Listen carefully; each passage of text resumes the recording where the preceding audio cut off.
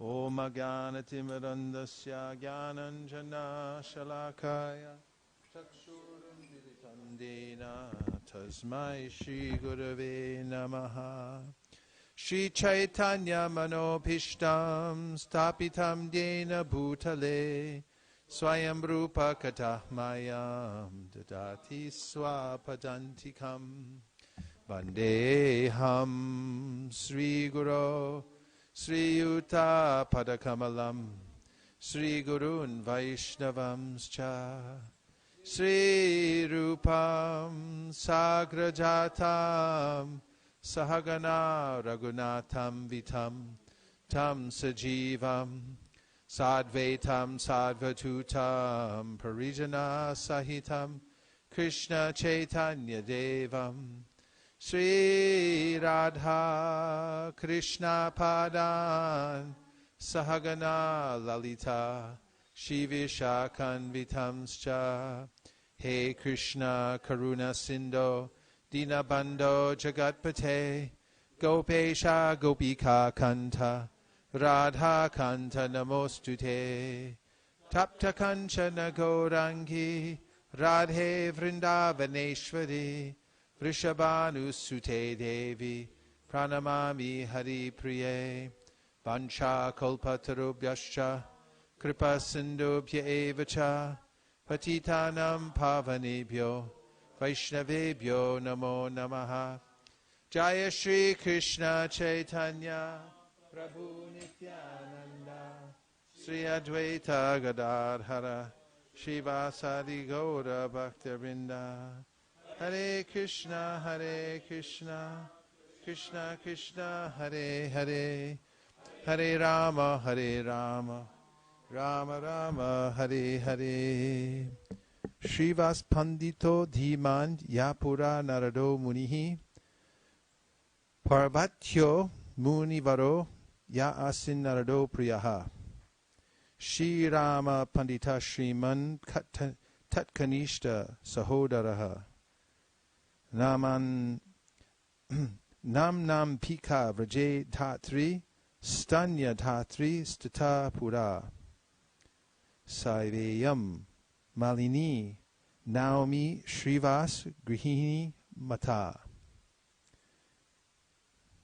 Shrivas is Narada, who plays an important role in Krishna's Leela. Narada Muni's friend Parvat Muni appeared as Shrivas's younger brother Ramai.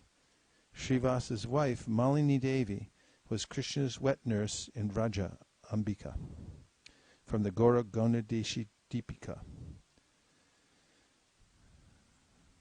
Panchatattvatmakam Krishnam Bhakta Rupa Swarupakam Bhaktavataram Bhaktakyam Namami Bhakta Shaktikam. I pay obeisances to the Supreme Lord Krishna, who has appeared in 5 aspects: as a devotee, as the expansion of a devotee, as the incarnation of a devotee, as a pure devotee, and as the devotional energy. From Chaitanya Charitamrita 1:1-14. Srila Bhakti Siddhanta Saraswati Thakur comments, the Supremely Potent is revealed in 5 different manifestations according to his desire to experience 5 different pastimes. Ontologically, there is no difference between them. They are one truth expressed according to 5 dispositions. Thus, Sri Gauranga, Sri Nityananda, Sri Advaita, Sri Gadadhar, and Srivas, and the other devotees are ontologically non-different from one another. Nevertheless, that one truth is manifest as a devotee, Bhakta Rupa, the expansion of a devotee, Bhakta Sarupa, the incarnation of a devotee, Bhakta Avatara, the energy of a devotee, Bhakta Shakti, and the pure devotee, Bhaktakya, according to the desire to relish different tastes of divine relationship. Of these 5 truths, the Supreme Lord himself, the son of Nanda, takes on the devotional mood to become Bhakta Rupa. His full expansions, Swayam Prakash, Balaram, takes on the devotional mood and appears as the Bhakta Swarup Nityananda, The Purusha avatar, Mahavishnu, takes on the devotional mood and appears as the Bhaktavatar incarnation of a devotee, Advaitacharya. These three are all Prabhus, that is, they are Vishnu Tattva. The devotional energy, Bhakta Shakti, and pure devotee, Shuddha Bhakta, are classified as energies of Vishnu Tattva, which are considered non-different because of their dependent relationship to it. Unquote from Srila Bhaktisiddhanta. The principal devotional energies are Gadadhar, Swarup Damodar, and Ramananda Roy. The pure devotees include Srivas and others who are in the moods of friendship or servitude. Srivas is thus a member of the Panchatattva. Srivas Pandit's origins. Srivas Pandit hailed from Sylhet.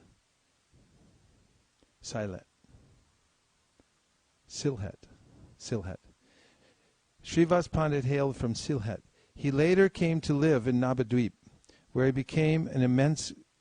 made an immense contribution to Gauranga Lila. From the Chaitanya Bhagavat and Chaitanya Charitamrita we learn that Srivas had three brothers living with him in Navadvip: Sri Ram Pandit, Sri Pati Pandit, and Sri Kanta or Sri Nidhi Pandit. All four were participants in Mahaprabhu's Leela.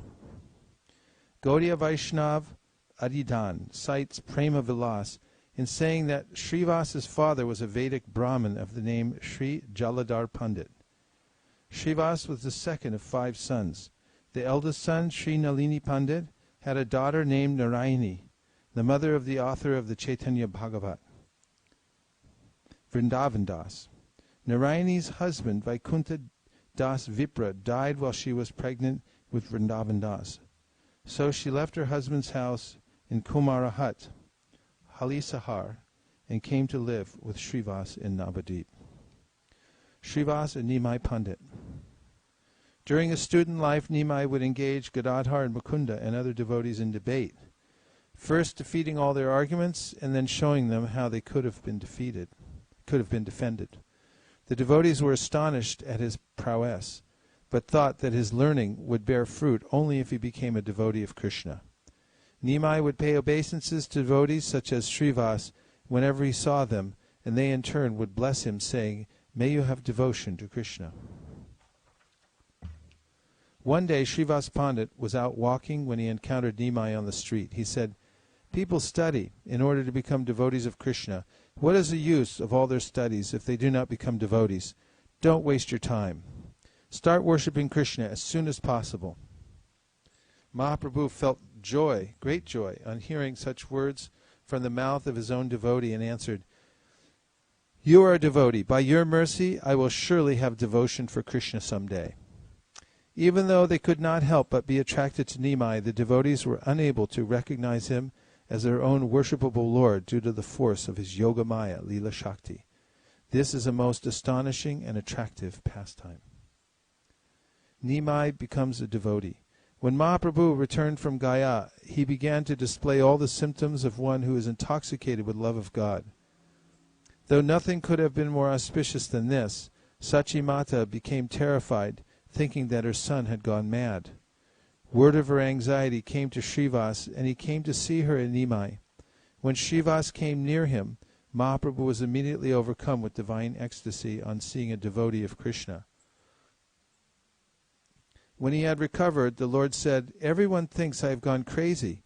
They say my my airs are disturbed. What do you think has happened to me?" Srivas laughed and answered, "If your airs have become disturbed, then I want some of that too.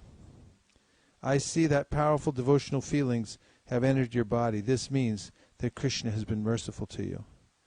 A relieved Mahaprabhu joyfully embraced Srivas and said, "If you too had said that I was going mad, I would have drowned myself in the Ganges." When Mahaprabhu instituted the loud chanting of the holy names in his own house and in that of Srivas's, all the atheistic neighbors began to complain that they were losing sleep because of the noise. They looked for ways to counter the movement and even started false rumors that the king would come soon to punish the devotees. The impressionable Srivas believed these stories and was filled with anxiety. He began to worship Nrsingadev for protection. Understanding that Srivas was afraid, the Lord, who takes away the distress of his devotees, went to his house. He kicked open the door and said, "Who are you worshipping? Who are you meditating on? Behold, he who you are worshipping is standing before you. I will save the righteous and destroy the wicked. You should worry no longer." So saying, he sat down in the heroic posture, Virasana, and revealed the divine form of Nrsimha, holding conch, discus, club, and lotus. When Srivas saw this extraordinary manifestation of the Lord, he was overcome with feelings of love and began to recite hymns of praise. Mahaprabhu was pleased with Srivas's recital and told him to call his wife and family members to see his divine form. He gave his prasad to Narayani and showed his mercy to her by making her utter the holy name. Just as the devotee is dear to the Lord is also dear to his devotee. When Nityananda came to Navadvip, Mahaprabhu knew that he was staying at Nandanacharya's house, and so he went there in the company of the devotees, where they met for the first time. In order to reveal Nityananda's glories to his associates, he had Srivas recite a verse from the Bhagavatam. Barhapidam natavaravapu karnayo karnikaram vibradvasa kanata kapisham vaijayantim chabalam Randran Venur Adara Sudaya Purnayan Gopa Vrindaranyam Swapadaramanam Prabhishad Gita Kirtihi. Krishna, whose glories are sung to the world by the cowherd boys, is dressed as a dancing performer, a peacock feather decorating his top knot, Karnikara flowers behind his ears, a golden cloth covering his body, and a victory garland around his neck. Dressed in this way, he entered Vrinda's forest, the pleasure garden of his auspiciously marked feet, while filling the holes of his flute with the nectar of his lips. From Bhagavatam 10.21.5. As soon as Nityananda Prabhu heard the verse, he fainted, and the 8 ecstatic symptoms appeared on his body. Vishvambar clasped Nityananda to his bosom. A few days later, Mahaprabhu indicated that he wished Nityananda to perform the Vyas Puja ceremony, so preparations were made for this ritual, and he held to be held at Srivas's house. On the eve of the ceremony, when the Adivas Kirtan was being sung, Mahaprabhu himself was possessed by the spirit of Baladev, thus revealing Nityananda's identity with Balaram. Then he called out Advaita's name, Nara, Nara, meaning one who makes something move, revealing how he had made him descend by his prayers. On the following day, Srivas Pandit took the role of the ceremony's acharya. After completing the puja, he placed a flower garland in Nityananda's hand and told him to offer it to Vyasadeva while chanting the appropriate mantras. Nityananda hesitated and looked around until Mahaprabhu told him to hurry up and complete the ceremony by offering the garland to Vyasadeva. The ever-independent Nityananda, however, put the garland around Mahaprabhu's neck instead of giving it to the deity. Mahaprabhu immediately gave Nityananda a vision of a 6-armed form with Balaram's club and plough, along with the usual 4 symbols of Vishnu. At the end of the Vyas Puja, Mahaprabhu ordered the devotees to sing the holy names, and as they did so, he asked Srivas for the prasad, which he personally distributed to all the devotees, as well as to Srivas's servants. Everyone ate the offerings with great pleasure. When Mahaprabhu saw Srivas's devotion to Nityananda, he blessed him as follows. Jadi Lakshmi Bhiksha Kari Nagare Nagare Tatapiha Daridra Tor Nahi Bheka Ghare Birala Kukuradi Tomar Barira Sabhara Amate Bhakti Habheki Stira Nityanande Samarpi Lun Tomastani Sarvamate Sambarano Kariba Apane.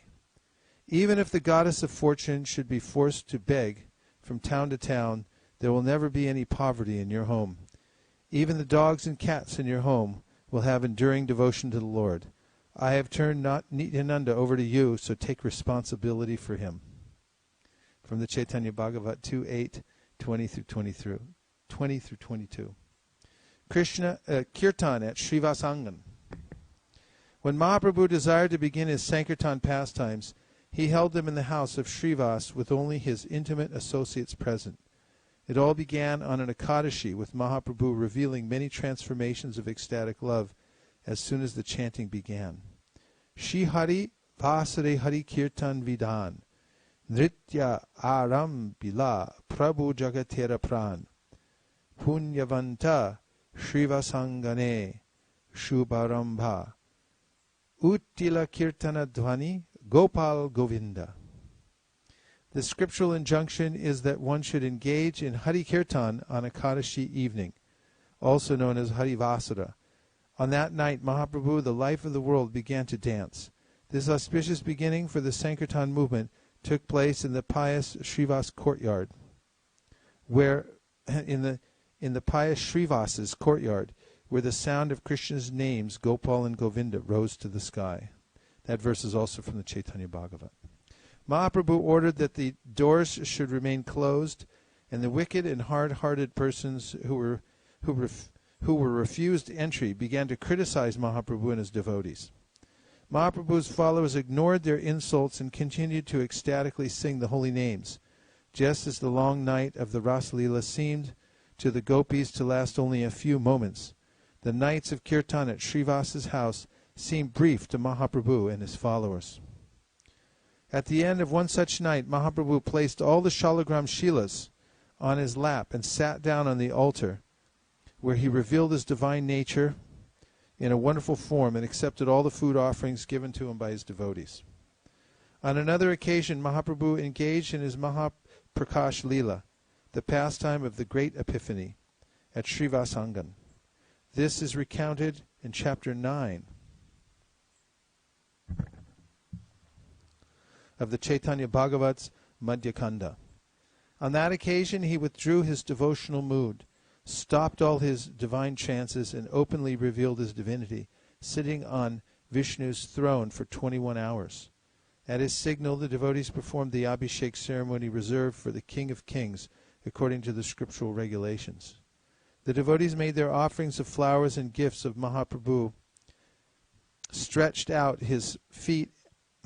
The devotees made their offerings of flowers and gifts, and Mahaprabhu stretched out his feet and accepted them without artifice. He then gave all present a blessing, fulfilling their personal desires. In the course of this 21-hour Sat Prahariya pastime, Mahaprabhu appeared in the forms of all the previous avatars.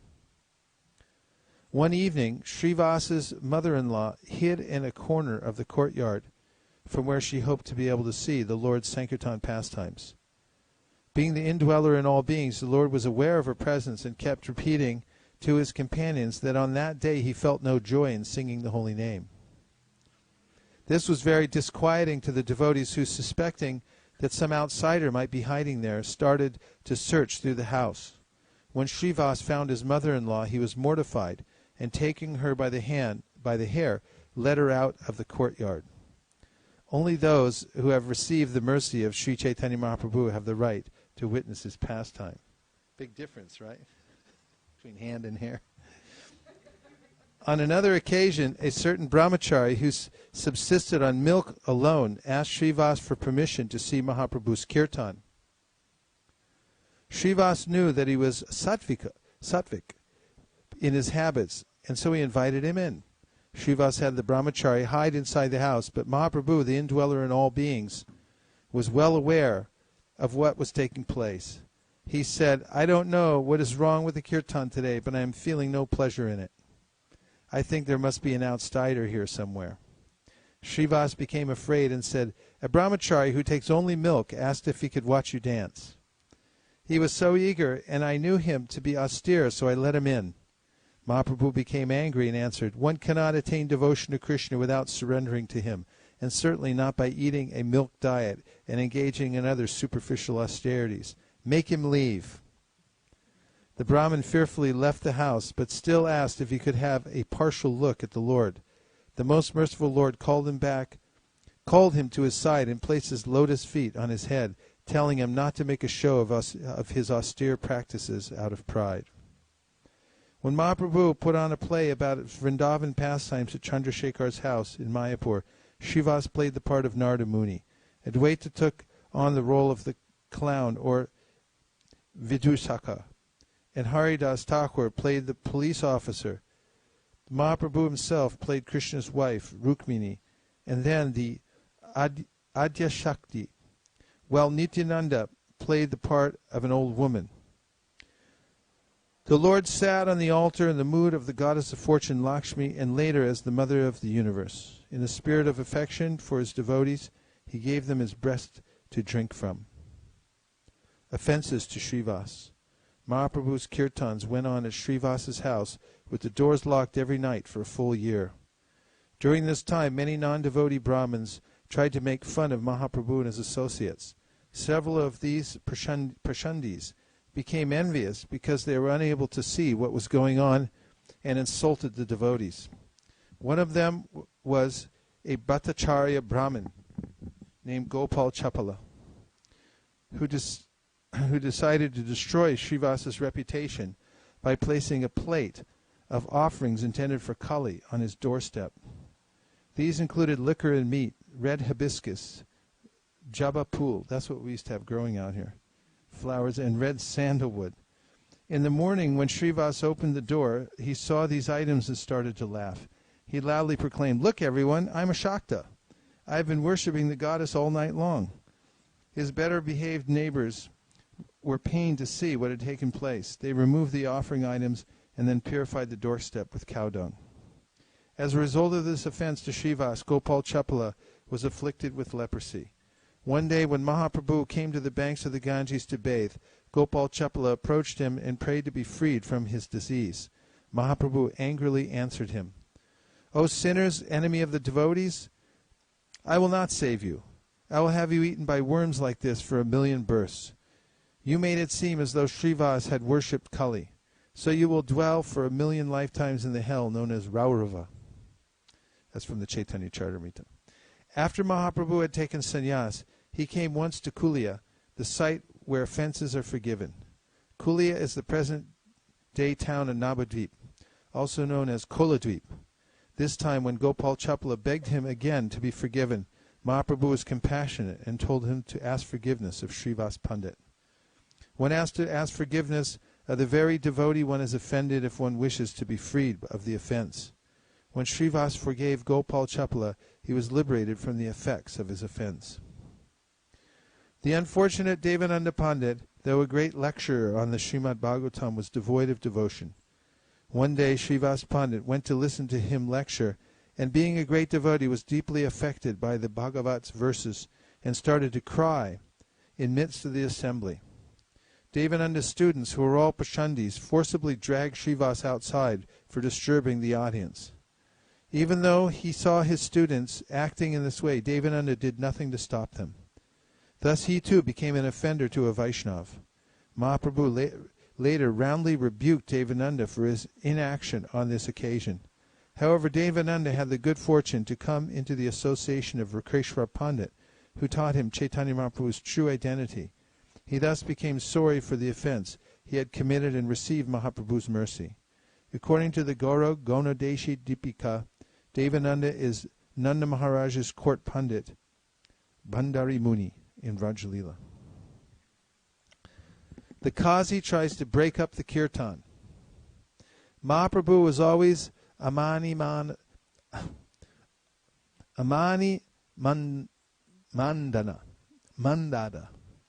He asked for no honors for himself, but always showed respect to others. He would embrace everyone and with great feeling ask them to chant the names of the Lord. These converts would then engage in the loud chanting of the holy names and the accompaniment of madungas and conch shells. Materialistic persons considered them to be nothing other than musicians who were worshipping Mahamaya on the wrong day and would insult them with various blasphemous statements. One day the local magistrate or Qazi, known as Shiradujin Chand Qazi, was walking by and saw the scene. Hearing the loud noise of the kirtan, he became irritated and angry. He went to Srivas's house and broke the madunga and had some of the devotees beaten as a warning. He said, "If anyone does this sankirtan again, he will be punished even more severely."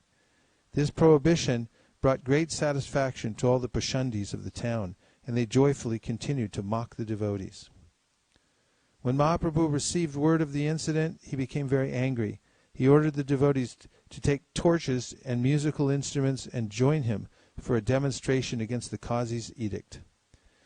Telling them to be fearless, he separated the devotees into several groups and then led the procession along the banks of the Ganges, himself dancing at its head. Thousands of men, women, and children put aside their housework to join him and follow the Sankirtan procession. When the miscreants heard the sound of the kirtan, their hearts began to tremble. Meanwhile, when Chandkazi heard that thousands of Hindus were approaching his house, he ran inside to hide, trembling with fear.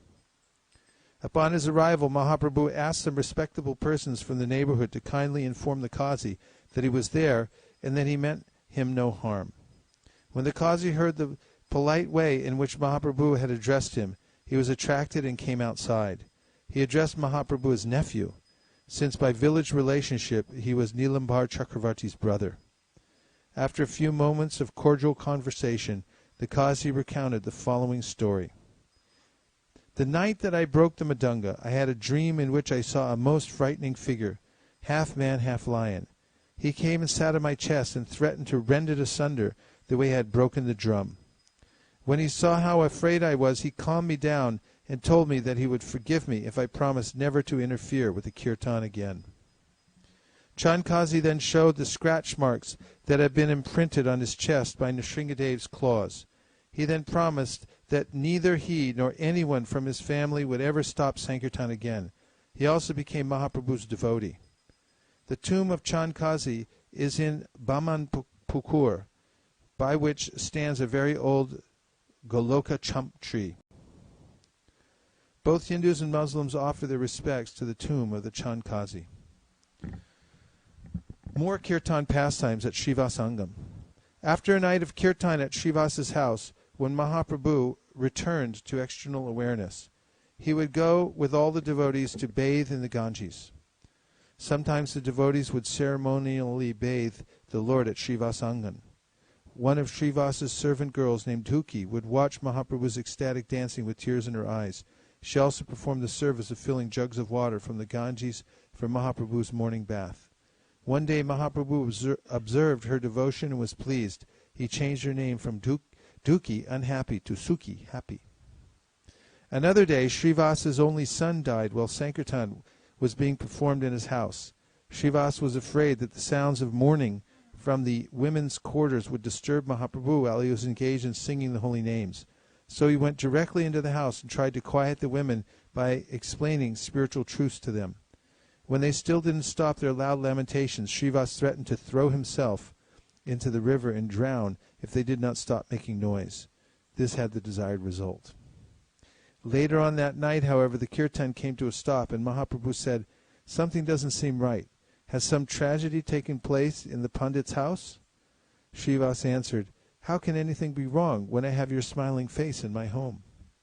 However, some of the other devotees said, Prabhu, Srivasa's only son died in the evening about an hour after sunset." Mahaprabhu asked, "Why did no one say anything before now?" The devotees answered, "Lord, Srivasa told us not to, because he was afraid that it would interfere with your pleasure in the kirtan." Mahaprabhu said, "How could I ever abandon devotees who love me to this extent?" and started to cry. After this, he went inside and sat down beside the child's dead body and brought him back to consciousness. He asked, "Child, why do you want to leave the house of such a great devotee as Srivasa?" The dead child answered, "The few days that I was to spend in Srivasa's house are over, and now I am following your wishes in going elsewhere. I am a living being without any independence. I cannot go against your wishes. Please be merciful to me, that I never forget your lotus feet wherever I go." When Srivasa's family members heard the child speak such wisdom, they immediately forgot their distress and stopped mourning. Mahaprabhu said to Srivasa, "From this day on, Nityananda and I will be your sons. We will never leave you." Srivasa's visits to Puri. Srivasa's visits to Puri. After Mahaprabhu had taken sannyas and was living in Puri, Srivasa would come with the other devotees each year to stay with him for the 4 months of the rainy season. Advaita, Nityananda, Mukunda Dato, Srivasa, Vidyanidhi, Vasudev Dato, Murari Gupta, and all of Mahaprabhu's other devoted servants met him in Puri every year and stayed 4 months. Mahaprabhu engaged in various pastimes in their company. Srivas was a participant with Mahaprabhu in his leelas of cleaning the Gundicha temple and Rathayatra. He was the principal singer in the second kirtan group, or sampradaya, whose chief dancer was Nityananda Prabhu himself. Swarup Damodar was the lead singer and Advaita Acharya the dancer in the first kirtan group. In the third, Mukunda Datto sang, while Haridas Thakur danced. Govinda Ghosh sang in the fourth, with Vakeshwar Pandit dancing. The fifth sampradaya came from the village of Kulina, and Ramananda and Satyaraj were its principal dancers. The sixth group was from Shantipur, in which Achyutananda danced. The seventh group was composed of the residents of Shikanda, in which Narahari and Raghunandan took the lead roles. When Mahaprabhu wished to dance, the 7 groups all came together. On one such occasion, the king Prataparudra was watching Mahaprabhu's wild dancing while leaning on his servant Harichandan's shoulder. In the meantime, Srivas came and stood in front of Harichandan to watch Mahaprabhu himself. The king's servant kept pushing the deeply absorbed Srivas, telling him to move so that the king could see. Srivas became irritated at the repeated disturbance and finally turned around and slapped Harichandan. Harichandan became angry and was about to hit him back when the king stopped him, telling him how fortunate he was to have been touched by the hand of a devotee such as Srivas. One day, Srivas and the other devotees led by Advaita Prabhu were glorifying Mahaprabhu's name, form, quality, and activities. Mahaprabhu became angry and left the scene, but later accepted defeat and acquiesced to their desires to glorify him. Srivas moved to Kumarahata. After Mahaprabhu took sannyas in Katwa, Srivas and his brothers found it impossible to remain in Navadip, where everything was full of painful reminders of the Lord. They moved to Kumarahata, Halisahar, near the birthplace of Ishwarapuri. Even so, Srivas and his brothers made annual trips from Kumarahat both to Nilachala to see Mahaprabhu and to Mayapur to visit Shachi Mata. On one occasion, Mahaprabhu came to his guru's birthplace and showed his respects by taking some dust and wrapping it in his cloth. From there, he went to Srivas's house. All the members of the household joyfully received him and his companions and became absorbed in their service. Mahaprabhu noticed this and said to Srivas, "You are a householder with a large family. You have to earn money in order to maintain your family. Otherwise, how will you be able to do so?" Srivas first replied that he had no wish to make money, and then clapped his hands 3 times. Mahaprabhu asked him what he meant by clapping his hands, and Srivas answered, "I will fast 1, 2, 3 days. Then if I still get nothing to eat, I will tie a jug to my neck and jump into the Ganges." Mahaprabhu responded to Srivas's statement by giving a roar and repeated the blessing he had given him before in Navadvip. "Even if the goddess of fortune has to go begging, you will never know want in your home." Lord Krishna himself provides everything that is his exclusive devotees, everything that his exclusive devotees need.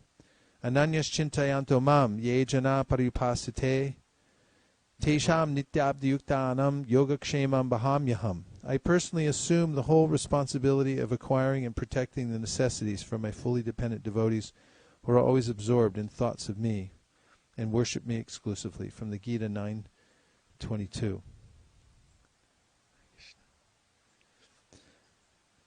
Even after Mahaprabhu remained permanently in Puri, it is said that his divine apparitions took place in 4 places.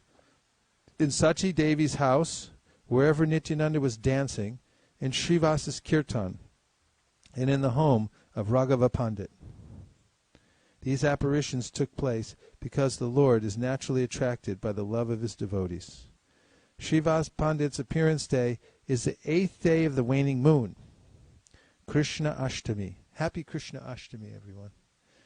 In the month of Chaitra, and his disappearance day is celebrated on the 10th day of the waning moon, Krishna Dashami, in Ashar. Srivas Pandit ki jai. May I please have the 10th canto, the pastime of Akrura, going to Vrindavan, please?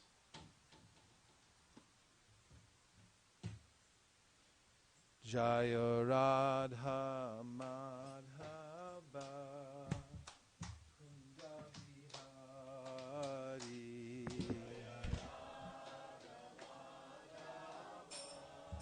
Trisha, can you turn that light and that light on, please? On. Jaya Radha Madhava Kunja Bihari.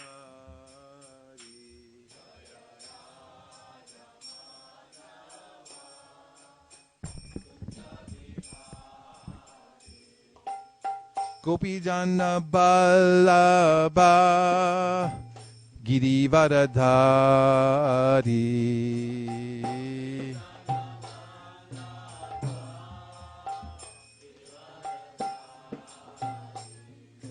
Gopi Jana Ballabha Girivardhari.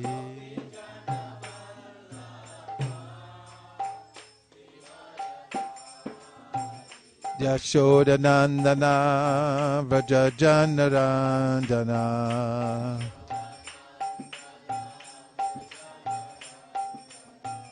Yashodanandana Vrajajanarandana.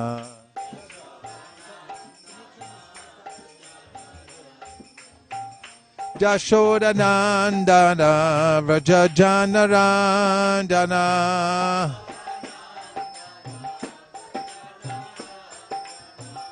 Yashodanandana Vrajajanarandana. Jamuna Tira Vanachari.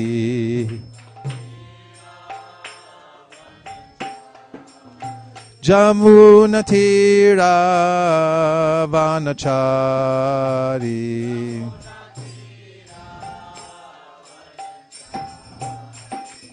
Jaya Radha Madhava Kunja Bihari. Go Premanandi, a little bit more. Jaya Radha Madhava Kunja Bihari.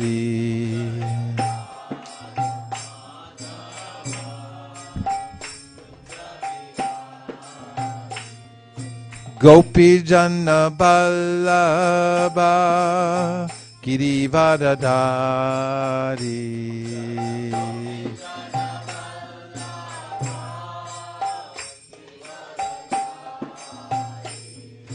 Gopi Jana Ballabha Girivardhari.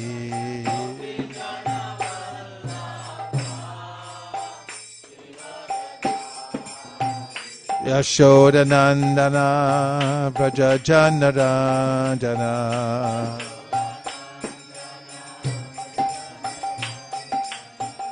Yashodanandana Vrajajanarandana.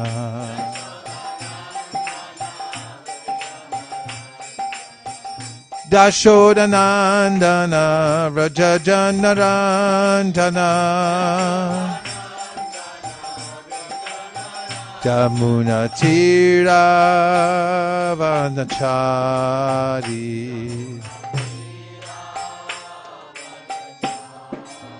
Jamuna Tira Vanachari.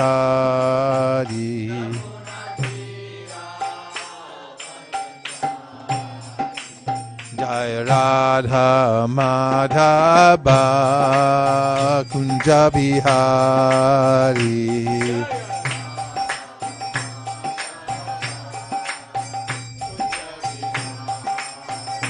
Jaya Radha Madhava Kunja Bihari.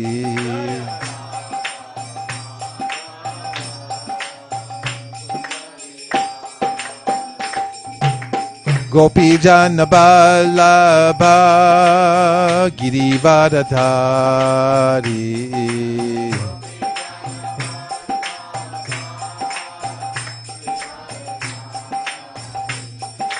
Gopi Jana Ballabha Girivardhari.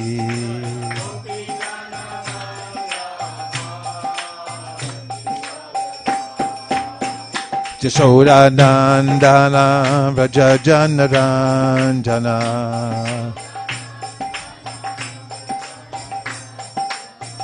Jashodanandana Vrajajanaranjana.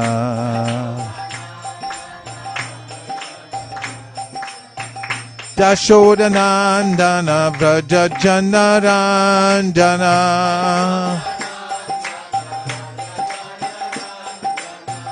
Jashodanandana Vrajajanaranjana.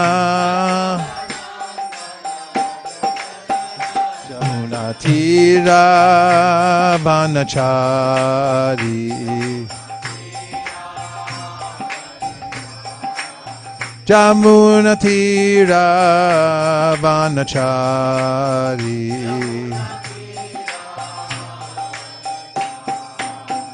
Jaya Radha Madhava Kunja Bihari.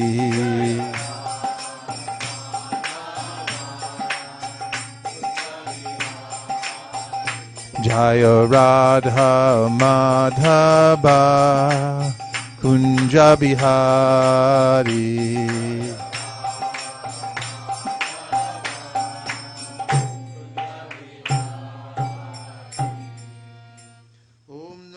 Bhagavate Vasudevaya.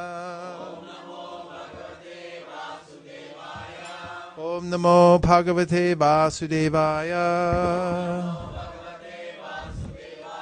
Om Namo Bhagavate Vasudevaya.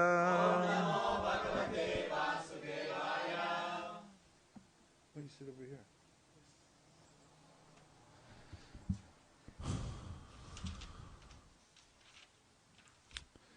This is from the Srimad Bhagavatam, Canto 10, Chapter 38.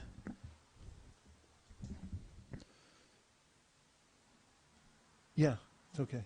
Tonight's topic is overcoming spiritual poverty. Is that what it is? Akrura's arrival in Vrindavan. This chapter describes Akrura's trip from Mathura to Vrindavan, his meditation on Krishna and Balaram along the way, and the honor the two lords showed Akrura upon his arrival. Early in the morning, on the day after Kamsa had ordered him to bring Krishna and Balaram to Mathura, Akrura prepared his chariot and set off for Gokula. As he traveled, he thought as follows: I am about to attain the great good fortune of seeing Sri Krishna's lotus feet, which are worshipped by Brahma, Rudra, and the other demigods. Although Kamsa is an enemy of the Supreme Lord and his devotees, still it is by Kamsa's grace that I will get this great boon of seeing the Lord. When I first catch sight of his lotus feet, all my sinful reactions will be destroyed at once. I will descend from my chariot and fall at the feet of Krishna and Balaram, and even though I have been sent by Kamsa, the omniscient Sri Krishna will certainly harbor no animosity toward me. As Akrura thus thought to himself, he arrived in Gokula at sunset. Alighting from his chariot in the cowherd pasture, he began rolling about in the dust in great ecstasy. Then Akrura continued on to Vraj.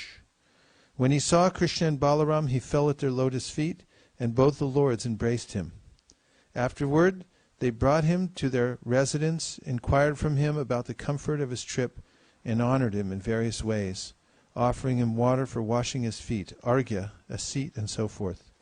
They relieved him of his fatigue by massaging his feet and served him a delicious banquet.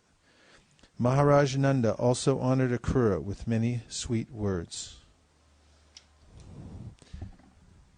Shri Shuka Uvacha Akropi Chatam Ratrim Madhupuryam Mahamati Ushitva Ratim Astaya Prayayao Nanda Gokulam. Shukadev Goswami said, after passing the night in the city of Mathura, the high-minded Akrura mounted his chariot and set off for the cowherd village of Nanda Maharaj. Purport. King Kamsa ordered Akrura to go to Vrindavan on the Ekadashi of the dark fortnight of the Vedic month of Palgun. After spending the night in Mathura, Akrura left early the next day. That morning, Narada offered his prayers to Krishna in Vrindavan, and in the afternoon the demon Vyoma was killed there. At dusk, Akrura entered the Lord's village. Gachanpati Mahabhago Bhagavat Ambujekshane Bhaktim Param Upagata Evam Etad Achintayat. As he traveled on the road, the great soul Akrura felt tremendous devotion for the lotus-eyed personality of Godhead, and thus he began to consider as follows. Kim maya charitam bhadram, kim taptam paramam tapaha, kim vat tap yarhate datam, yad drakshyam adya keshavam. Sri Akrura thought, what pious deeds have I done? What severe austerities undergone? What worship performed or charity given, so that today I will see Lord Keshava? 4. Mamai tad durlabam manya utama shloka darshanam vishayatmano yata brahma kirtanam shudra janmanaha. Since I am a materialistic person, absorbed simply in sense gratification, I think it is as difficult for me to have gotten this opportunity to see Lord Uttama Shloka as it would be for one born a Shudra to be allowed to recite the Vedic mantras. Maivam mama dhammas yapi syad eva chutadarshanam hriyamana kalanadya kvachit tarati kashchana. But enough of such thoughts. After all, even a fallen soul like me can have a chance to behold the infallible Supreme Lord, for one of the conditioned souls, being swept along in the river of time, may sometimes reach the shore. Look in the Chaitanya Charitamrita for... Actually, I have it right here. That way you don't have to look. Sorry.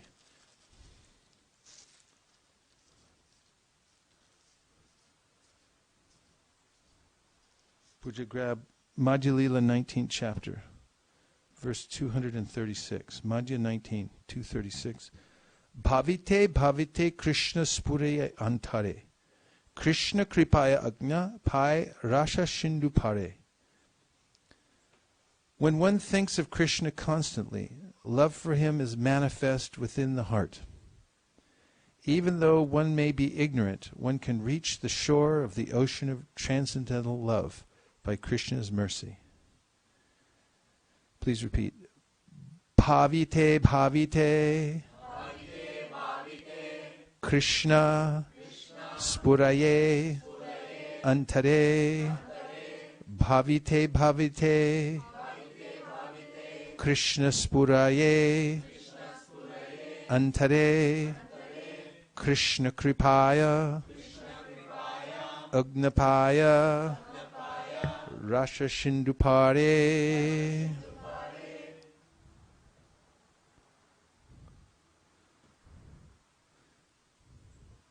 Okay, these are the instructions from the Lord to Rupa Goswami. I found some, so here's the verse from the Bhagavatam. But enough of such thoughts. After all, even a fallen soul like me can have the chance to behold the infallible Supreme Lord, for one of the conditioned souls, being swept along in the river of time, may sometimes reach the shore. It's this kind of the same mood. And may I please have the 7th canto, 9th chapter?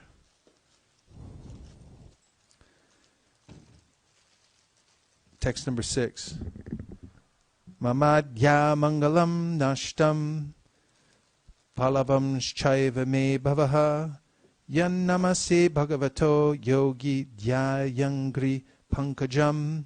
Today all my sinful reactions have been eradicated and my birth has become worthwhile, since I will offer my obeisances to the Supreme Lord's lotus feet, which mystic yogis meditate upon.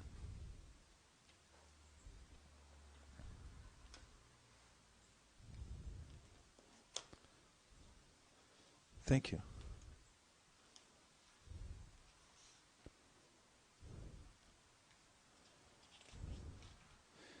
So in the Bhagavatam, when Prahlad was offering prayers to Lord Nrsingadev, at first he felt hesitant because he felt unqualified. And he said that the demigods who have wonderful qualities, they're in the mode of goodness, they know Sanskrit and so forth, had offered prayers and it hadn't been successful. Lord Nrsingadev was still angry. He said, then how should I be successful? How will I be successful? I'm not at all qualified.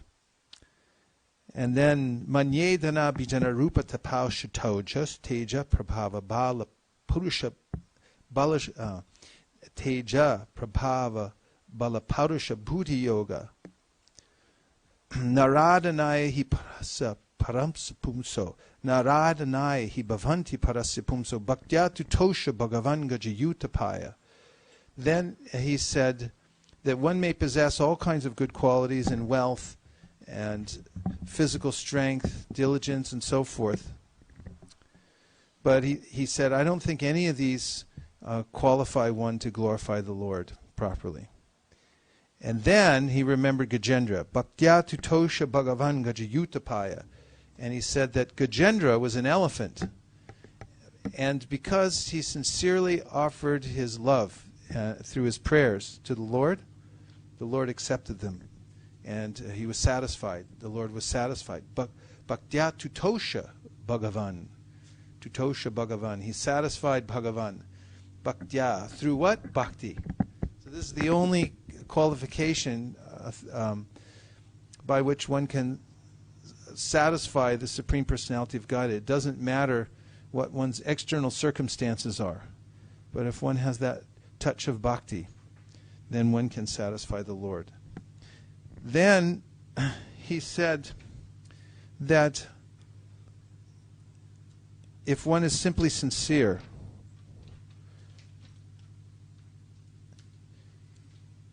therefore, although I was born in a demoniac family, I may without a doubt offer prayers to the Lord with full endeavor as far as my intelligence allows. Anyone who has been forced by ignorance to enter the material world may be purified of material life if he offers prayers to the Lord and hears of the Lord's glories. So if one offers with sincere feeling one's prayers, then they'll be accepted. He can satisfy the Lord, otherwise not.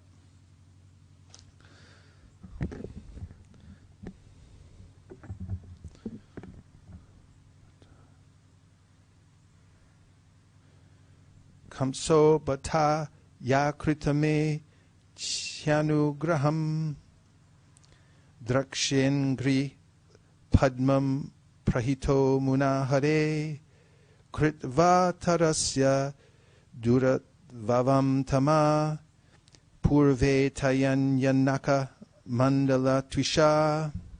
Indeed, today King Kamsa has shown me extreme mercy by sending me to see the lotus feet of Lord Hari, who has now appeared in this world. Simply by the effulgence of his toenails, many souls in the past have transcended the insurmountable darkness of material existence and achieved liberation. Purport: Akura noted how ironic it was that the envious demoniac Kamsa had given him an extraordinary blessing by sending him to see the Supreme Lord Krishna.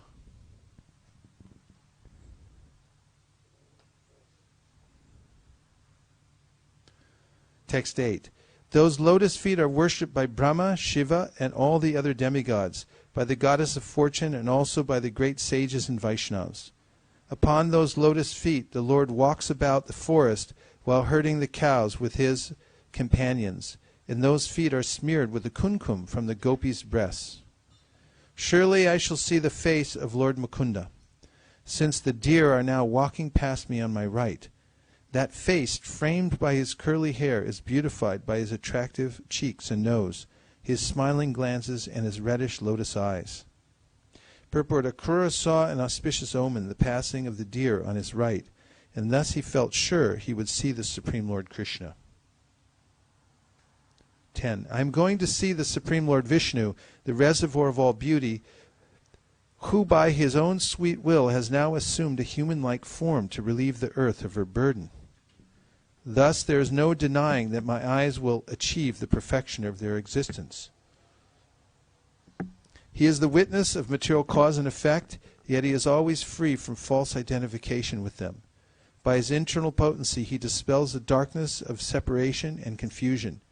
The individual souls in this world who are manifested here, when he glances upon his material creative energy, indirectly perceive him in the activities of their life airs, senses, and intelligence.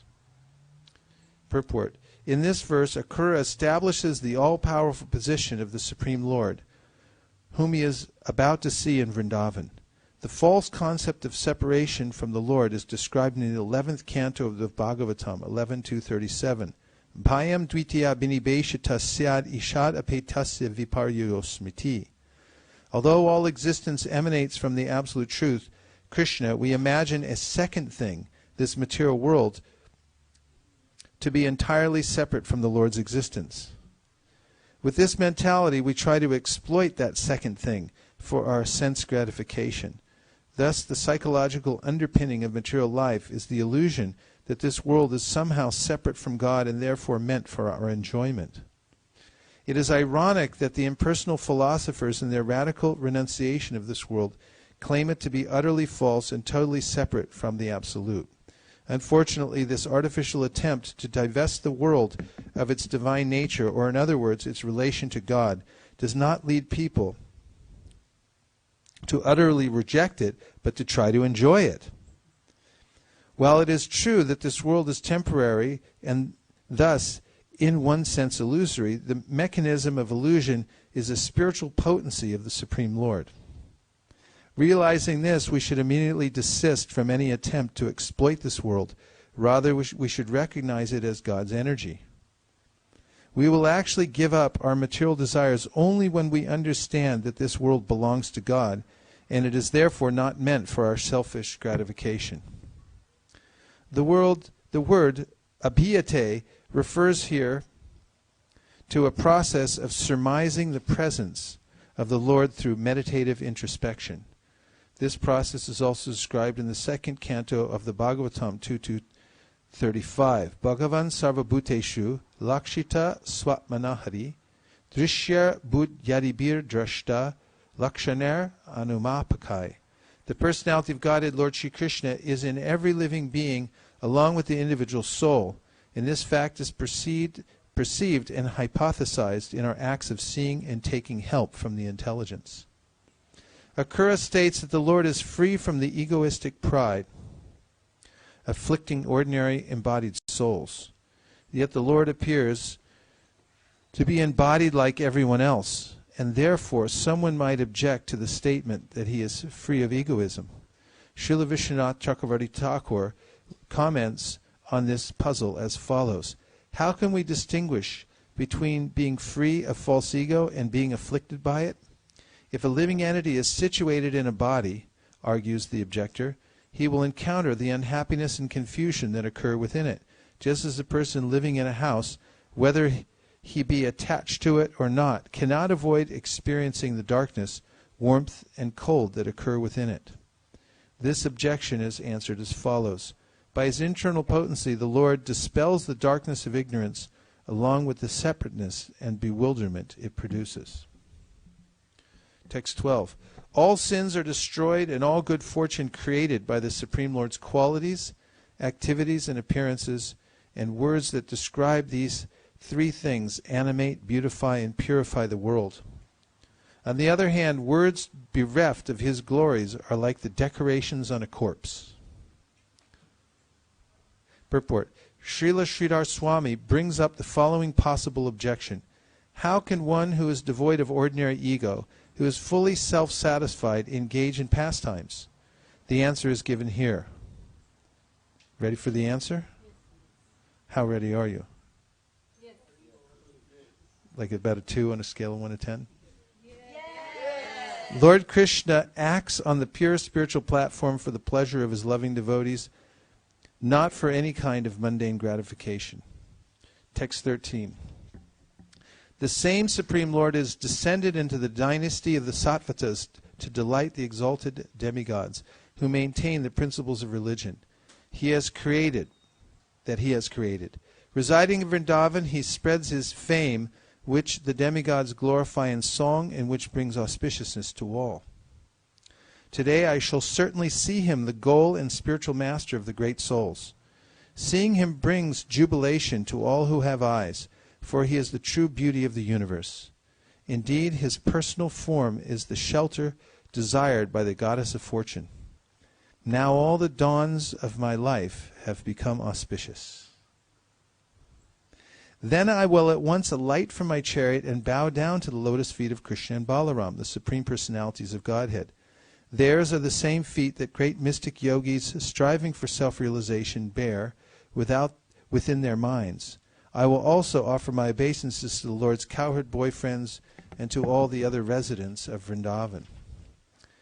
And when I have fallen at his feet, the Almighty Lord will place his lotus hand upon my head. For those who seek shelter in him, because they are greatly disturbed by the powerful serpent of time, that hand removes all fear. By offering charity to that lotus hand, Purandar and Bali earned the status of Indra, king of heaven. And during the pleasure pastimes of the rasa dance, when the Lord wiped away the gopis' perspiration and removed their fatigue, the touch of their faces made that hand as fragrant as a sweet flower. Purport. The Puranas call the lotus found in the Manasa Sarovara lake a Sugandhika.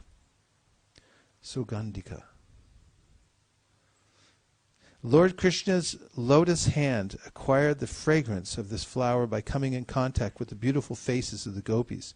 This specific incident, which occurred during the Rasa Leela, is described in the 33rd chapter of the 10th canto. 18. The infallible Lord will not consider me an enemy, even though Kamsa has sent me here as his messenger. After all, the omniscient Lord is the actual knower of the field of this material body, and with his perfect vision he witnesses, both externally and internally, the endeavors of the conditioned soul's heart. Purport. Being omniscient, Lord Krishna knew that Akrura was only externally a friend of Kamsa. Internally, he was an eternal devotee of Lord Krishna. 19. Thus he will cast his smiling, affectionate glance upon me as I remain fixed with joined palms, fallen in obeisances at his feet. Then all my contamination will at once be dispelled, and I will give up all doubts and feel the most intense bliss. Recognizing me as an intimate friend and relative, Krishna will embrace me with his mighty arms, instantly sanctifying my body and diminishing to nil all my material bondage, which is due to fruitive activities. Having been embraced by the all-famous Lord Krishna, I will humbly stand before him with bowed head and joined palms, and he will address me, "My dear Akrura." At that very moment, my life's purpose will be fulfilled. Indeed, the life of anyone whom the Supreme Lord fails to recognize is simply pitiable. The Supreme Lord has no favorite and no dearmost friend, nor does he consider anyone undesirable, despicable, or fit to be neglected. At the same time, he lovingly reciprocates with his devotees in whatever manner they worship him, just as the trees of heaven fulfill the desires of whoever approaches them. Purport. The Lord says something similar in the Bhagavad Gita 9:29. Samoham sarvabhuteshu name dvesho stina priyaha ye bhajanti tumam bhaktya maite teshu chapyaham. I envy no one, nor am I partial to anyone. I am equal to all, but whoever renders service unto me in devotion is a friend and is in me, and I am also a friend to him. Similarly, Lord Chaitanya was as hard as a thunderbolt for those who envied him, and as soft as a rose for those who understood his divine mission. 23. And then Lord Krishna's elder brother, the foremost of the Yadus, will grasp my joined hands while I am standing with my head bowed, and after embracing me, he will take me to his house. There he will honor me with all items of ritual welcome and inquire from me about how Kamsa has been treating his family members. Shukadeva Goswami continued, "My dear king, while the son of Shwapalka, traveling on the road, thus meditated deeply on Sri Krishna, he reached Gokula as the sun was beginning to set." Purport: Srila Sridhar Swami comments that although Akrura did not even notice the road, being deeply absorbed in meditation on Krishna, he still reached Gokula on his chariot. 25. In the cowherd pasture, Akrura saw the footprints of those feet, whose pure dust the rulers of all the planets in the universe hold on their crowns.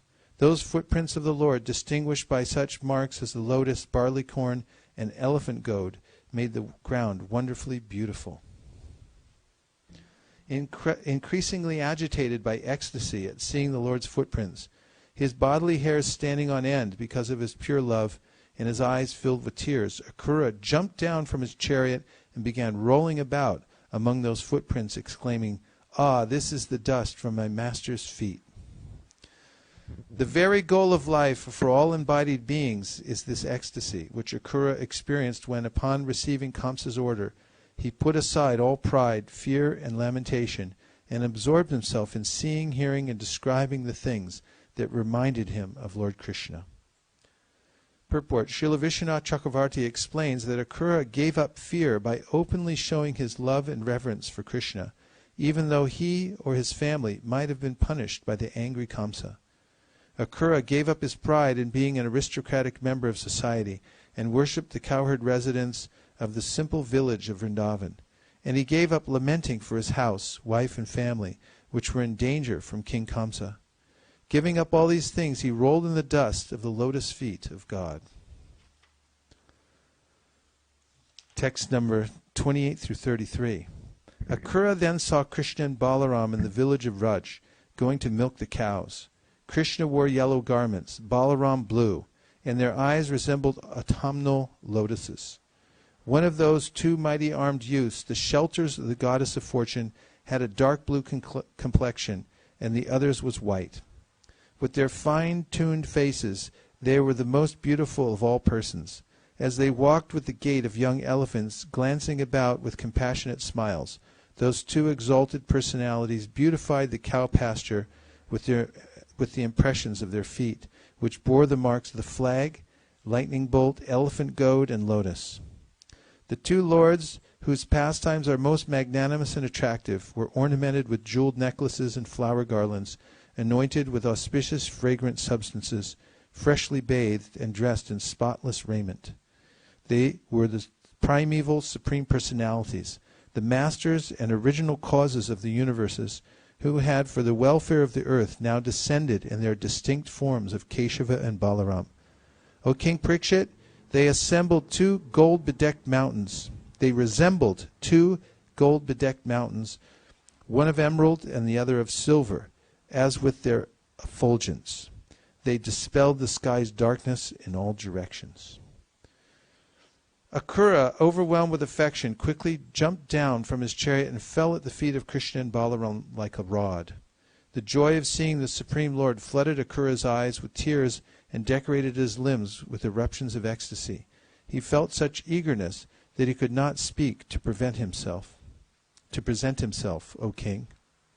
Recognizing Akrura, Lord Krishna drew him close with his hand, which bears the sign of the chariot wheel, and then embraced him.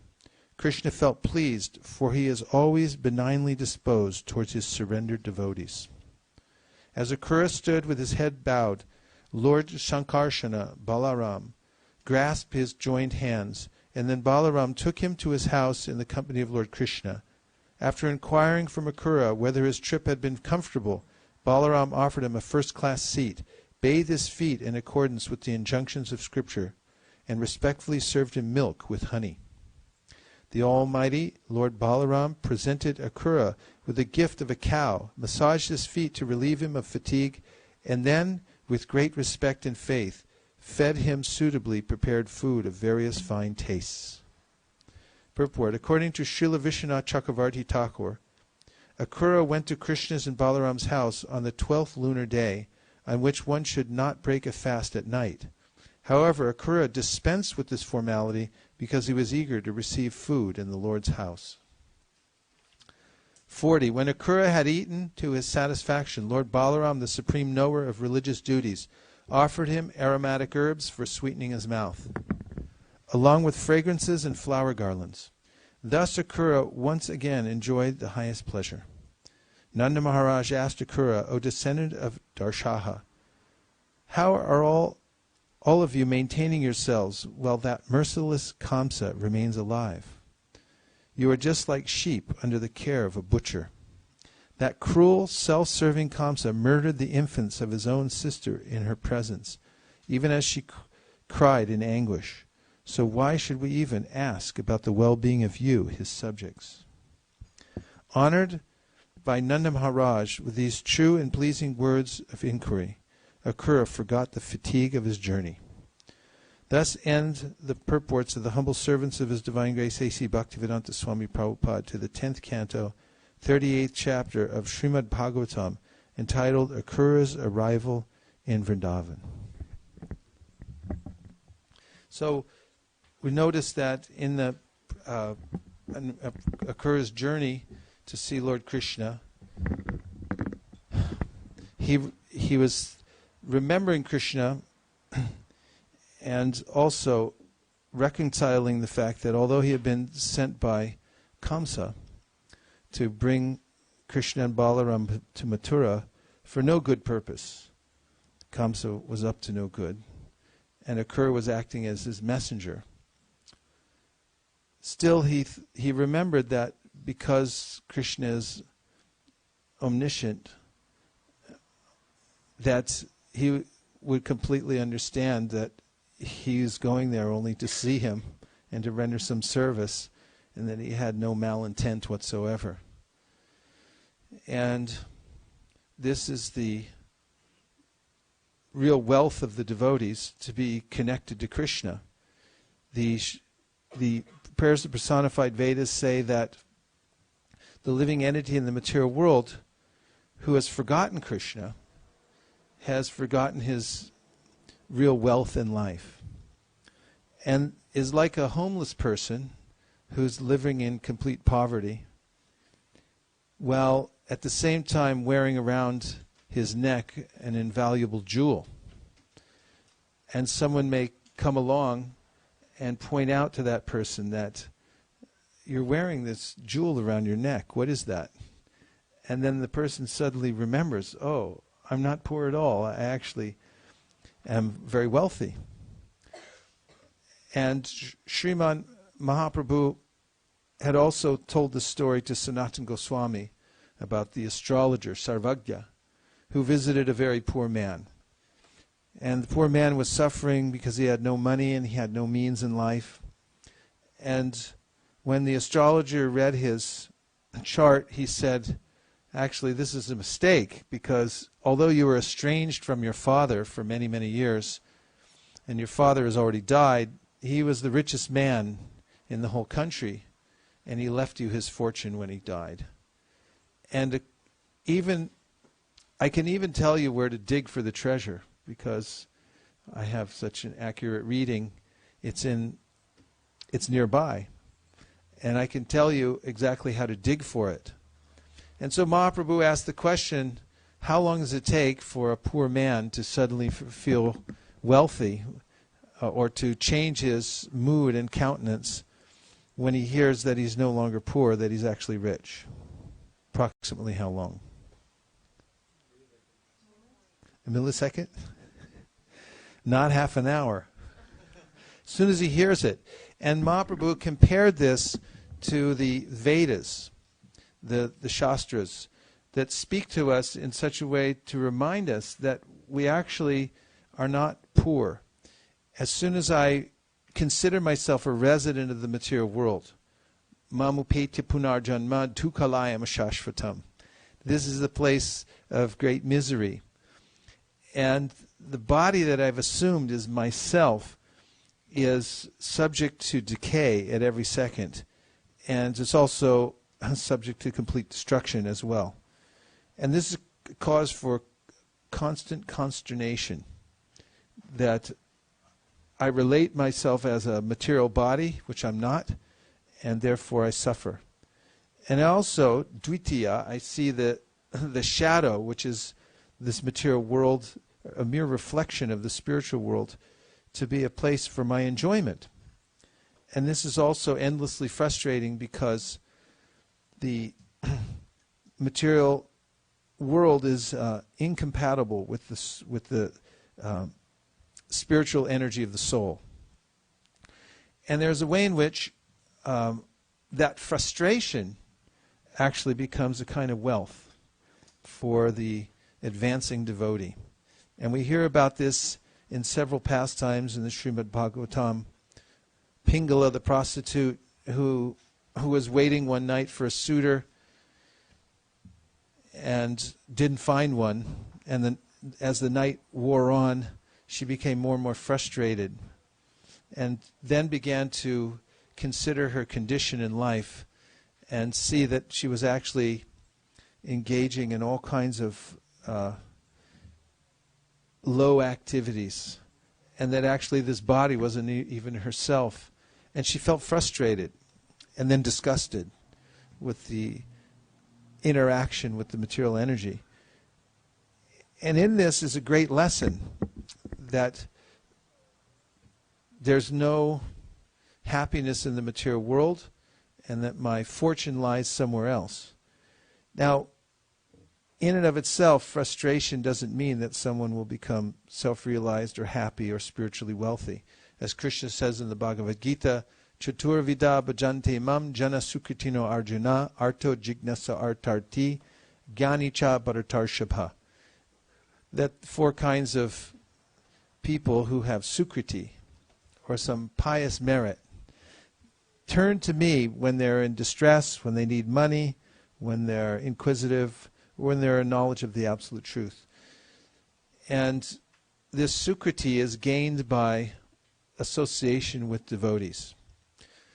The most prominent example is Narada Muni, who as a little child met the Bhaktivedantas who came to his house. And they gave talks for the duration of the rainy season while they stayed there, and they also sang bhajans. And Narada Muni's mother was engaged in cooking for them, serving them, and so forth. And then they left. Narada had also taken the remnants of their food by their permission. That means there was a good relationship. And then suddenly his mother died, and the Bhaktivedantas had gone, and Narada had the wherewithal, although he was only 5 years old, to go wandering in the countryside to see God's creation. And then Krishna revealed himself as Narada was sitting meditating in a forest. That is, that he had a experience beyond the body, and he felt all of his senses enlivened in the service of the Lord, because each one of our senses is meant for serving Krishna. Atmendriya priti vancha dharibalikam, Krishnendriya priti icha dhari prem nam. Krishnadas Kaviraj Goswami says in the Chaitanya Charitamrita that Atmendriya priti, or affection for the material senses, is called kam, lust. But that same impetus, Krishnendriya priti, when it's affection for Krishna's senses or for satisfying Krishna's desires, Krishnendriya priti, icha, dhari prem nam, then it's called prem, or love. Seems to be the same, but actually when it's directed towards my senses, then it's lust, and when it's directed towards Krishna's senses, then it's love. When you love someone, you become one with them in your desire. You have so much affection for a person that you find out what their desires are, and then you want to fulfill them. This is oneness, while still remaining an individual. And this is bhakti. The I and he becomes we. It becomes one person. Yes. Lavanya. Hare Krishna. You've been handed a dead mic. Dead as a doornail.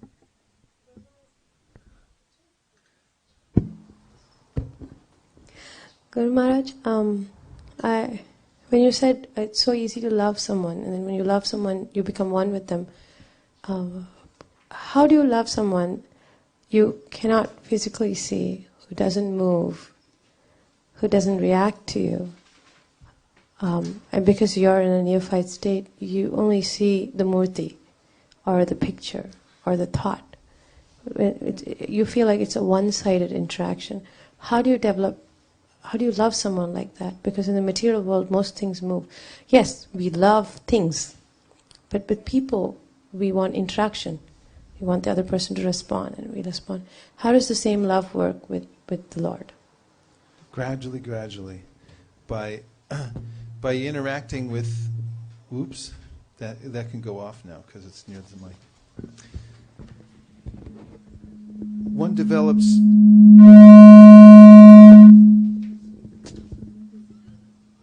Turn the speaker away from the mic. That'll help. Okay.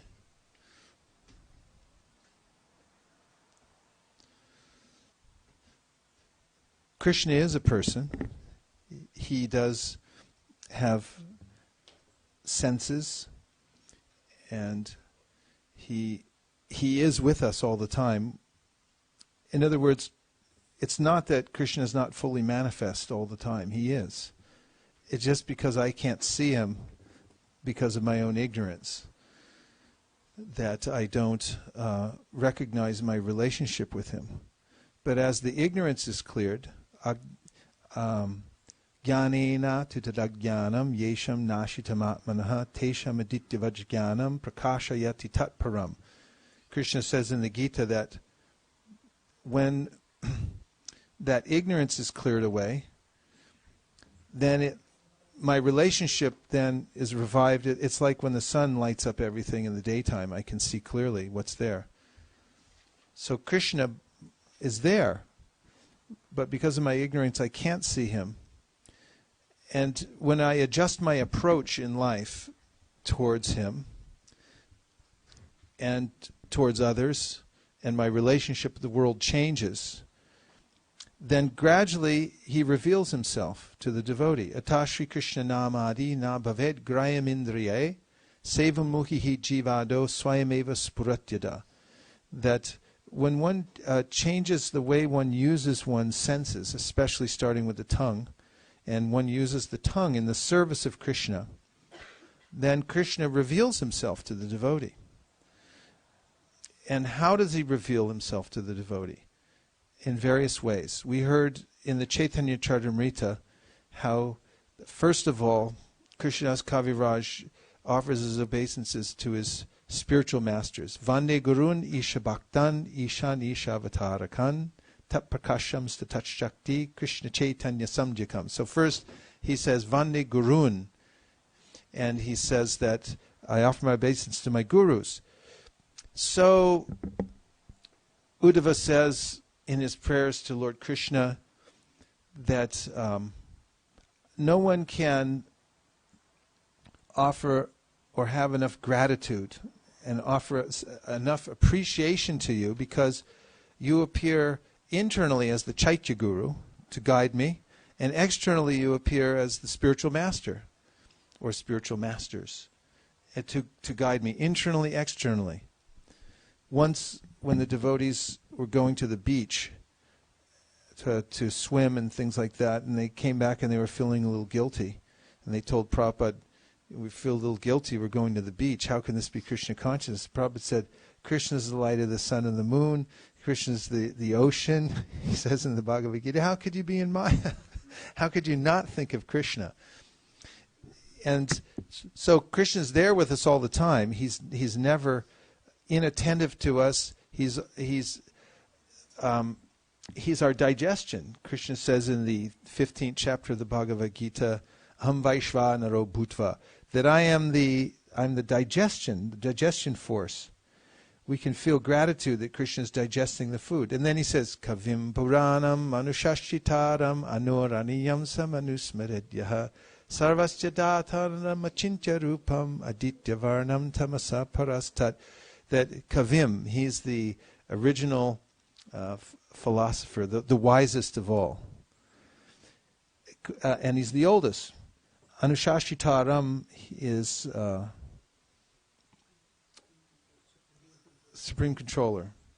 Anuraniyam samanusmaradyaha, so he's larger than the largest, smaller than the smallest. Sarvasya Dataram, he's the maintainer of everything. Sarvasya Dataram. So, as a maintainer, partly in the surrender process, very important that devotees especially, they consider Krishna their protector. The protector. They don't take protection from anywhere else. And also maintenance. They consider Krishna's the only one maintaining me. And they test that out. We take risks in devotional service. And as we take risks and we surrender in the surrender process, we start to feel Krishna's presence, that he's actually maintaining and protecting me in all ways. And there, Prabhupada describes in the Chaitanya Charitamrita how there's a competition between Krishna and the devotee. The devotee who's surrendering to Krishna is thinking of more and more ways to surrender and more ways to serve Krishna. And Krishna is thinking more and more ways to serve his devotee and to support his devotee in wonderful ways. And this becomes a very intimate relationship. And in the beginning, one may experience Krishna's presence somewhat indirectly, but as the relationship grows, the devotee can see Krishna everywhere and within everything, and becomes fully dependent on Krishna. And is never separated from him at any minute. Premanjana chudita bhakti vilochanena santaksadeva hridayeshu vilokayanti yam shama sundaram achintya gunaswarupam govindamari purusham tamaham bhajami. That's when a person actually has this full love, then Krishna can't hide himself. Those who love Krishna so intensely, they actually practically they control Krishna because of the intensity of their love, so much so that he's practically forced to reveal himself to these devotees. Example was when Krishna left the rasa dance and the devotees, the gopis came looking for him, and then he showed his Narayan form. And they came along and they said, "Oh, Narayan, Hare Krishna," and they offered obeisance. They said, "We're looking for Krishna." And they went on. And then Srimati Radharani came, and Krishna couldn't maintain his Narayan form. He manifested his Shama Sundar form because of her intense love. This is an example given in the Chaitanya Charitamrita, how the devotees, Krishna is controlled by his devotees' love. In the beginning, we hear Krishna before we see him. And Prabhupada mentions in his purport in the Chaitanya Charitamrita that one who's chanting Hare Krishna without offenses will begin to hear the Mahamantra as a unique sound, like nothing he or she has ever heard before. This is the beginning of hearing Krishna. And we'll experience Krishna in our sincerity to chant. As we're chanting with sincerity, it's self-effulgent knowledge. In other words, it's not something that is foreign to us because that's who we are. Nitya Siddha Krishna Prema. We're Sadhya Kabunoi. That original love is there for Krishna within the heart. And as the mist of ignorance is gradually cleared, we see our relationship. We experience it in many different ways. So through prasadam, feeling gratitude for Krishna for digesting the prasadam, for experiencing how Krishna gives us intelligence to do our service. One who worships the deity, even in the beginning, maybe out of rules and regulations, will unmistakably begin to feel an affection for the deity.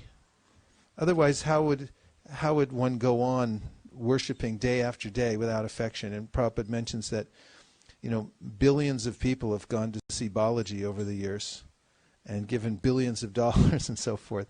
And the great acharyas have worshipped these deities as well. He said, are they just stones? Or are people getting some reciprocation? Why do they go there and shave their heads and and go back and back again and feel some happiness, because there's actual reciprocation. I know the microphone has been bad to you lately, but still, let's try it anyway.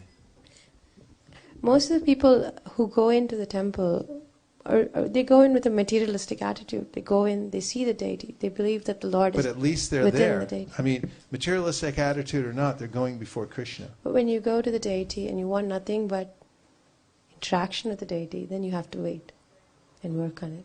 Because you'll first hear him and then you'll know him. If you go to the deity and you want only what? Attraction? If you don't want anything back from him, if you're not going for materialistic attitude, then, like you said, most of the time you're in a haze. You're wondering what you're doing standing in front of something that doesn't move and react. But at the same time, like you said, over the years, it's not an understanding you can pass on with just saying it. Sometimes it's something that you feel, that something changes within you, and then there's reciprocation. There's a direct reciprocation, yes. So I just wanted to add one thing, Prabhu, you told about hearing. So I heard in a lecture that if we pay attention to the Maha Mantra, means in this world, like if we pay attention to something, even if we don't like it over time, we'll fall in love. So like that, and also reversely, if we love something, then we pay attention to it. So either way, like through attention we get love, and if we love, we give attention. So that Maha Mantra point that you told like really struck me, that with sincerity if we chant, we'll see the relationship. And another point regarding the material desires, going and asking Krishna. As you said, it really takes a long time. Until I heard a simple point in a lecture, it really struck me that he was giving a simple example that you go in front of your parents every day and you tell that my name is this, I am born to you, and my school fees is coming, can you pray for me? And I have to eat breakfast, can you provide for me? It sounds so foolish and silly. And he was saying that that's how Krishna feels, because he's much more than our parent, going and telling him that I want this, I want that.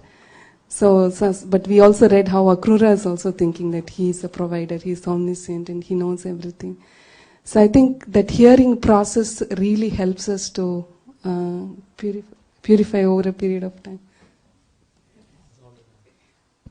Hare Krishna, Prabhu. I wanted to add to that I thought that it becomes very easy and fast to love Krishna if a person can love their guru. Because if someone can love their guru, that is a person, and the interactions are there, then just by that Krishna automatically reveals himself over a period of time. Yeah. You expanded on, I brought that up in the beginning, Vande Gurun Isha Bhaktan, but you nicely brought it forward. There is a way in which we see Krishna through the qualities in the devotee and through our guru. Hare Krishna. Yes.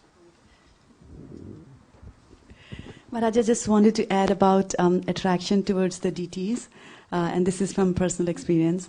I had been to Vrindavan in 2011, and I was there for a little while at Govardhan, but my godbrother Ramananda Sakha Prabhu stayed there for a much longer time. And then when he came back, he was talking about Radha Kund and how he took baths several times in the Radha Kund, and I was like, ooh, I didn't even go there even once. And ever since I have noticed that he has developed such a strong attraction towards Radharani. He's taken up to decorating the deities, and you can see when he decorates them that there's a special attention paid to Radha. So I was just going to humbly submit that we can add that also to the list of things that you said, like eating prasadam, gratitude, and the ways, how Krishna gives us intelligence and service to them. Like taking bath in Radha Kund also helps you a lot. Yeah. Going to the Holy Dham, and there is a way in which we develop an attraction for Krishna in the Dham, for worshipping the deity. There's definitely an attraction that the devotees develop by serving Krishna because he reciprocates in that form. Krishna is omniscient, omnipotent, and he reciprocates to those who worship him. Ye yata mam prapadyante tamstataiva bhajamyaham. That as the devotee surrenders, he reveals himself. Yes.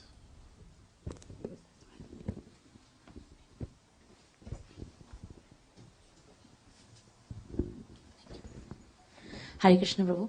I have a question, Prabhu. So, I got to Krishna consciousness in Chowpatty temple. So, I would go to so many temples. I would see so many beautiful Radha Krishna deities. But my attraction to Radha Gopinath is a lot more. So when I actually moved to ISKCON Silicon Valley, I was very happy that, I'm getting association of all the devotees. And till I started doing deity worship directly with Radha Madan Mohan, still I would think about Radha Gopinath. And I used to tell myself that Radha Gopinath is non-different Radha Madan Mohan is non-different to Radha Gopinath. So I shouldn't, I used to feel bad about it because I used to not, now I feel a lot for Madan Mohan. But, till I had that, I have never really served Radha Gopinath myself, I've never done. So what is the reason behind that, and how should we understand that? So you're so attached to certain deities and, now even though I go to Pune, the way I, so how do we understand? Krishna's mercy. Yeah, that's his Archa form is his mercy form. He appears because we can't see. Oh, you got to turn that mic. We can't see his spiritual form until we're purified, and therefore he appears in a way that we can see him, and that's mercy. And we can offer flowers and fruits, and we can bathe him and dress him and so forth. And we need this, as Maharaj pointed out in his purport earlier. The Hridayananda Maharaj was saying that the result of impersonalism, or thinking that everything is zero, is not that one becomes detached from the material world, but ultimately one tries to enjoy it more. And the reason is because there's nowhere for the senses to engage, and we have to engage. And therefore, they come back to try to enjoy the variety of the material world because they're not experiencing the variety of the spiritual world. That's why the Atmarama verse is so important. Atmaramash chamunayo nigranta apyarukrame kurvanti haitukim bhaktim itam bhuta guno harihi. The Atmaramas, or those who are beyond the modes of material nature, they're self-satisfied. Means that they don't need any material sense gratification, become attracted to the pastimes of the Lord and his Nam, Rup, Guna, Lila. All these are attractive to them because he's above the modes of material nature and is actually the positive substantive form. Ishvara Parama Krishna Sakchirananda Vigraha Anadiradir Govinda Sarva Karana Karanam. So when one worships the deity in some way or another, the deity reciprocates. And even with those who are neophytes, who come to a temple and they smell the incense, they feel the atmosphere, they come before the deity. Prabhupada mentions in the third canto in the discussion of given by Lord Kapila Dev, where he says that devotees relish seeing my smiling face in the temple, that the devotee who approaches the Lord becomes imperceptibly liberated. Because just by being in that environment and seeing Krishna in that form, they feel some ecstasy, they feel some happiness, because that's Krishna's real form. So, in material life, I've mistaken the material energy to be the substance. Most people think that spirit means something insubstantial or impersonal. The other night when I was in Laguna Beach after the Sunday program, a lot of people were coming up and asking questions after the talk, and one woman was saying that, what about spiritual love? Not human love. I wanted about spiritual love. So I began talking a little bit about how Krishna and his devotees have, there's a reciprocation, there's a relationship and so forth. And she kept trending towards the fact that love means that you merge, that there is no form anymore. There is no personality. She was very intent on that, no, that couldn't be love. As long as there's form, as long as there's personality, there's something contaminated about it. Because my experience is, in this material world, that all the form means that it's going through the process of entropy. It's disintegrating all the time. And all the relationships I see here are somehow or other contaminated, or they're severed, even if they seem to be pure. So in the Gita, Krishna says, Vitaraga bhaya krodha manmayama mupashrita bahavo jnana tapasa putamad bhavamagataha. That many people have become purified of this contamination. What contamination? He says, raga bhaya krodha. Raga means that I'm still attached to the forms in this material world, thinking I can enjoy here. That's a big mistake. And then there's bhaya, which means I become afraid of the idea that there's a spiritual world with a supreme person, because I'm so used to the nature of this world. And you'll get a variety of reactions, but for instance, some people will say that's childish to think of God in a personal form. We've gone beyond that. That actually, if you really advance, that's something for past ages when people were very primitive or something like that. But now we become advanced. We realize he's an expansive nothingness or something like that. And then there's also a fear of personal existence, because I suffer in this life, and therefore I can't imagine a personal relationship with God. And then krodha means that I become frustrated by all the different varieties of religious thought and teachings, and therefore I just say, oh, it's meaningless. All these religions have just caused problems in the world. And then they turn to intoxication to try to find some kind of ananda. But Krishna says many people have become purified of these faults and have attained and have had purification. And this is the real wealth in life, when one realizes one's actual connection with Krishna. This is what Sri Chaitanya Mahaprabhu is distributing, a scientific, clear understanding of our relationship with God, the process to attain Him, and the perfection. What is the ultimate goal? These three stages he teaches. And one who gets association with devotees and is able to come worship the deity and begin chanting Hare Krishna in any part of the world, no matter what their situation, will feel a spiritual awakening by following Mahaprabhu. They may not understand, someone might not know that Mahaprabhu is the Supreme Personality of Godhead, but if they follow his process, they'll experience for themselves that they're improving, and they're actually becoming sense-controlled. They can conquer the lower self by the higher self. It's uncanny, and they'll experience it for themselves. And then they get more faith, and there's a step-by-step process, anukramishati, as one hears and chants in the association of devotees. And it doesn't stop, it continues. It's not that there's just a little improvement and then we have to fall back or so forth and so forth, but actually one can go on improving under the care of Mahaprabhu and his devotees and following the process and come to the highest goal of life. And of course, it's important also to associate with people who have some positive attainment. This also builds faith. And therefore, Bhaktivinoda Thakur and other devotees have sung that the real wealth in life is to have this kind of advanced association, and we should pray for it. So when we have that, then naturally by the association of advanced devotees, we'll become convinced that it's possible. that's always important. When you're learning a language, for instance, it may seem impossible, but then you get around people who are speaking it or who have also learned it. Like in Europe, people speak 5 languages. It's no big deal. In America, that's the definition of an American. They speak 1 language. But why do they speak so many languages? Well, first of all, they're exposed to it. And second of all, everyone does. So they just figure it's natural.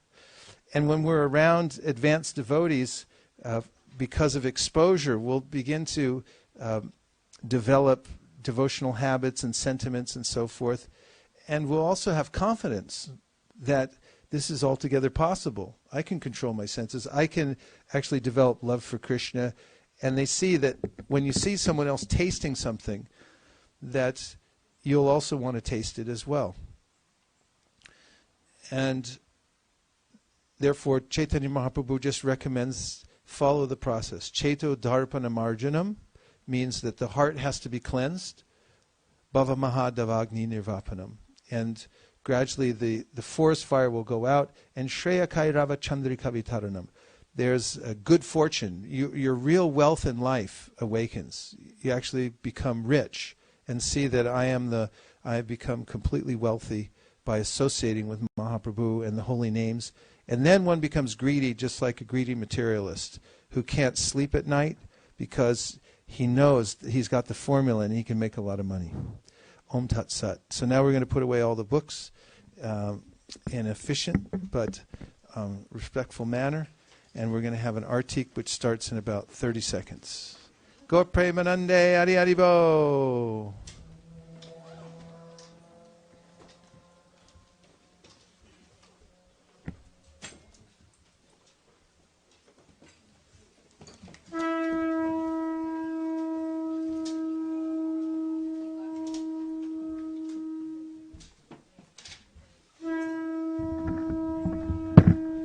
Mukaravind, can you bring the head mic, please?